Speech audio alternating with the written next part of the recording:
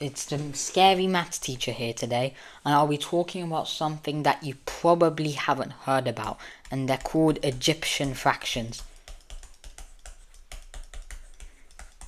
And you might be wondering, what is an Egyptian fraction, or what does it mean?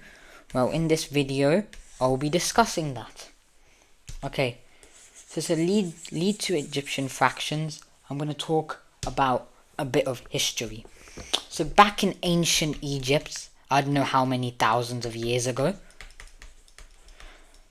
almost everything to do with fractions would be done with unit fractions. If you wanted to say that you wanted, for example, 5/6 of something, you'd say a half plus a third. This is how the ancient Egyptians would do math with fractions. And then you might be thinking, that's pretty stupid. What if you get a fraction where you can't write it as unit fractions? Because you might be thinking, there's probably like a fraction out there, like a really big fraction, a over b, where it's just not possible to write it with, for example, a over b plus a over b. It's just not possible, you might think. Well, in this video, I'm going to show that it is possible for every single fraction. If you don't believe me right now, you most certainly will by the end of the video. So I hope you enjoy this high effort video that I'm about to present to you.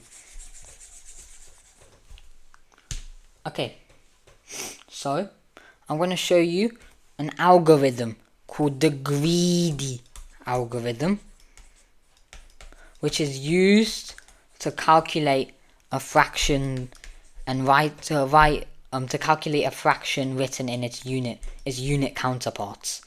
Okay, it's not the most efficient algorithm, as it might not always give you the shortest answer, but I'll talk about why it might not after I've shown you the algorithm. Okay, so let's say you have a rational number a over b, and you want to try write it as some unit fractions. What the greedy algorithm does is it takes that unit fraction, it takes the rational number, and it subtracts it by the largest unit fraction that it can, such that the result is greater than 0. Then you take this result and subtract it by the largest unit fraction you can, and then continually repeat that method so that you get a long list of unit fraction, and then this a over b eventually becomes a unit fraction. The process, or what you're supposed to do, is quite simple, but the main difficulty is that proving that this a over b will always eventually become a unit fraction.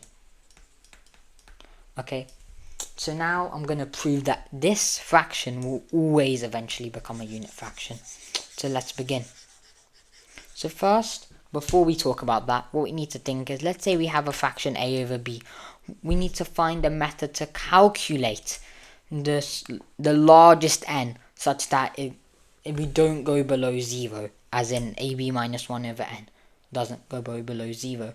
And I'm just going to tell you that our n is just b over a rounded up. And now I'm going to explain why.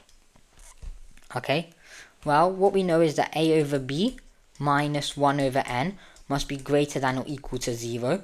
If it's equal to 0, then a over b must be equal to 1 over n, meaning it's already a unit fraction and we're done.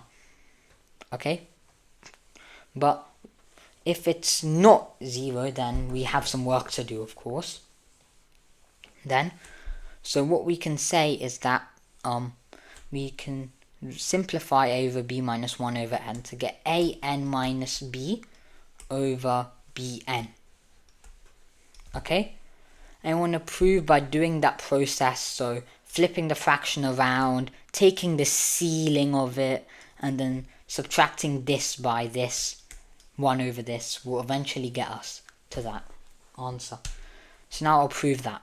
Okay, so let's just think for a second. What we can say is that, let's say we take a over b. Okay, since we know that n is just b over a rounded up, then we know for certain that n must be bigger than a over b, right? Well, that seems pretty obvious, doesn't it? Right? So what we can say is that, must always be bigger than b over a, right? Because since whenever we take the ceiling function, we're never ever gonna turn something smaller. Like if we took the ceiling of 1.5, we're not gonna get a number smaller than 1.5. We're always gonna get a number equal to the input or bigger than the input.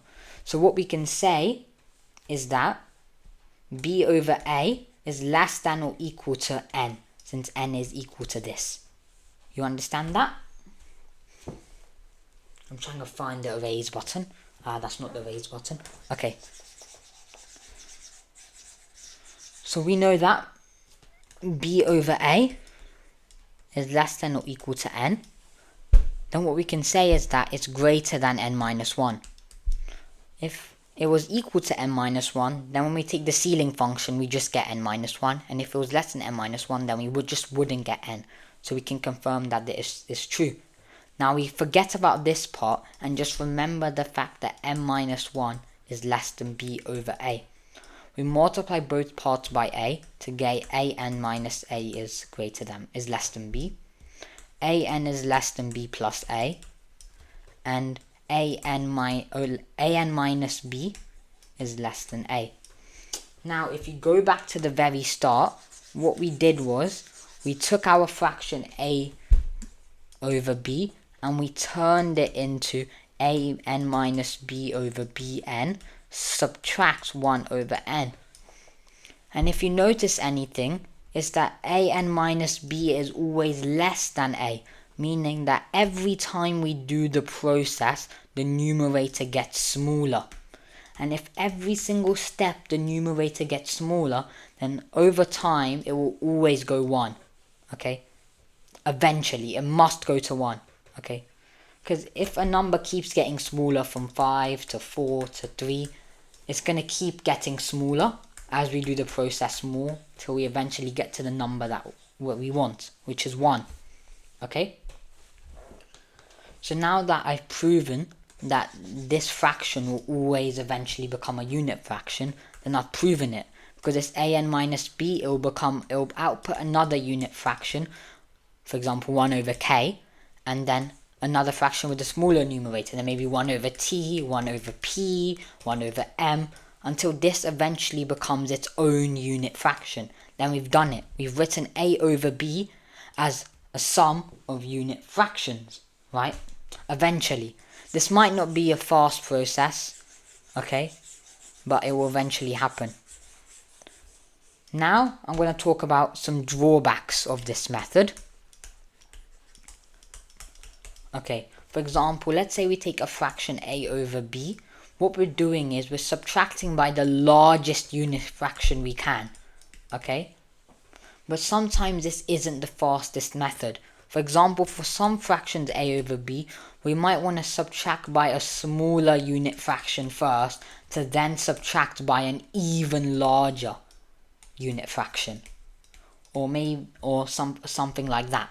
Sometimes always subtracting the largest fraction isn't always possible. We're getting as close as we can on that individual step, but in the long run it might not always work. Well, it's guaranteed to work eventually, but like I said, it might not always be the fastest method, but it's the easiest method to use for sure, and it's still quite good, so it's fine. So now I just wanted to talk about, in the same way that it might not always get the most efficient method, sometimes a fraction might have multiple decompositions, such as 2/3. Such a simple fraction can be written as both 1/2 plus 1/6 and 1/3 plus 1/4 plus 1/12, right? And a lot of fractions can also be done like this, right? 1/12, not 1/2. So yeah, like I said, the greedy algorithm will only give us like one. It won't output multiple different like ways or sums of unit fraction. So like I said, it won't always output the fastest method. right?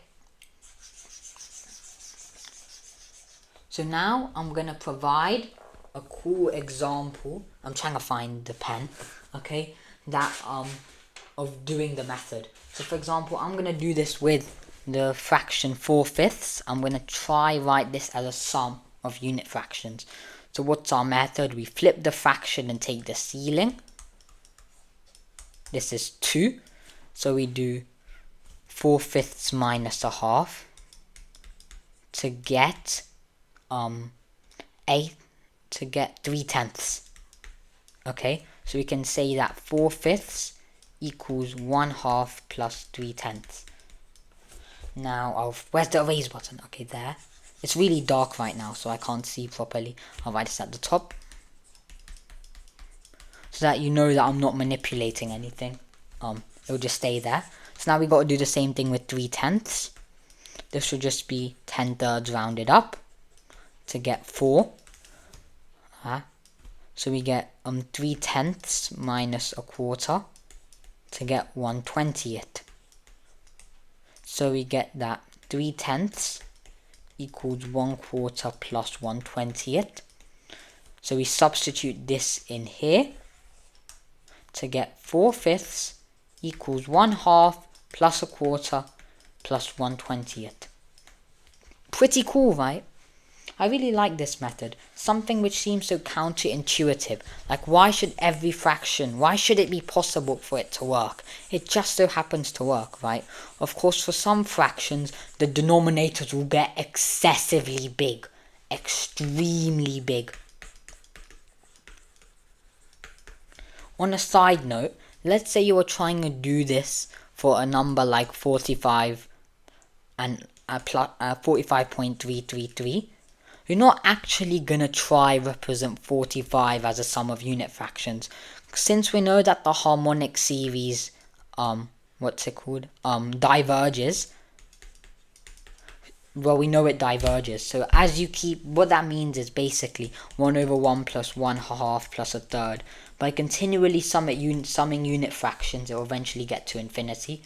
Even if this seems counterintuitive, it's true. You can Google a proof of harmonic series diversion.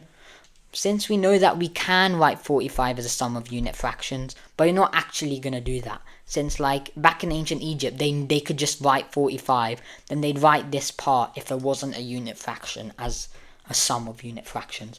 Like, no one in their right mind will do this. You'd have to be insane. They probably thought that it was impossible to get to a number as big as 45 back then. They didn't have calculus or stuff like that to prove the divergence of the harmonic series. If you never knew that it diverged, don't worry. You'll probably learn it soon, in school likely, or you can learn about it. I recommend 3 Blue 1 Brown's Essence of Calculus if you want to learn calculus. 3 Blue 1 Brown, he's a really good YouTuber. I also recommend his Essence of Linear Algebra. This is not advertisement, by the way. He never asked me to advertise him. But yeah. Okay, so getting back onto the video, I would also like to talk about a conjecture which is known as the Erdős-Strauss conjecture, and it has something to do with Egyptian fractions, so I'll talk about it. Okay, what the conjecture states is that for every single positive integer n, the number 4/n can be written as 3 unit fractions. This has been unsolved since 1948. Of course, I'm recording this video on the 6th of the 9th, 2025. So as of this date, it has not been solved. It could be solved tomorrow. It might not be solved for another 100 years. We can't know right now. At least the progress we've made so far is just too complicated for me to understand. Right? Okay. It's a cool conjecture. You can try look into it if you'd like. There's also a variant of it for 3/n, which is also unsolved. Yeah, okay. So now, as this video ends, I just think that this is such a cool idea. Like I said early on in the video, it just happens to work. Like for every single number, no matter what, it just feels so perfect. Like it just works. Okay, I'd recommend you to try this with a few fractions. Yeah, it can be quite fun. Yep. So, of course you might run into like a really big denominator. Okay. Like really big. But yeah. I'll also be doing like a follow-up to this on continued fractions. If you know what they are, great. If you don't, well, I hope you stay anticipated for my next video. I might also talk about like irrational numbers, like, writing infinite fractions for them, like descending, like that. But yeah, I hope you enjoy, and goodbye.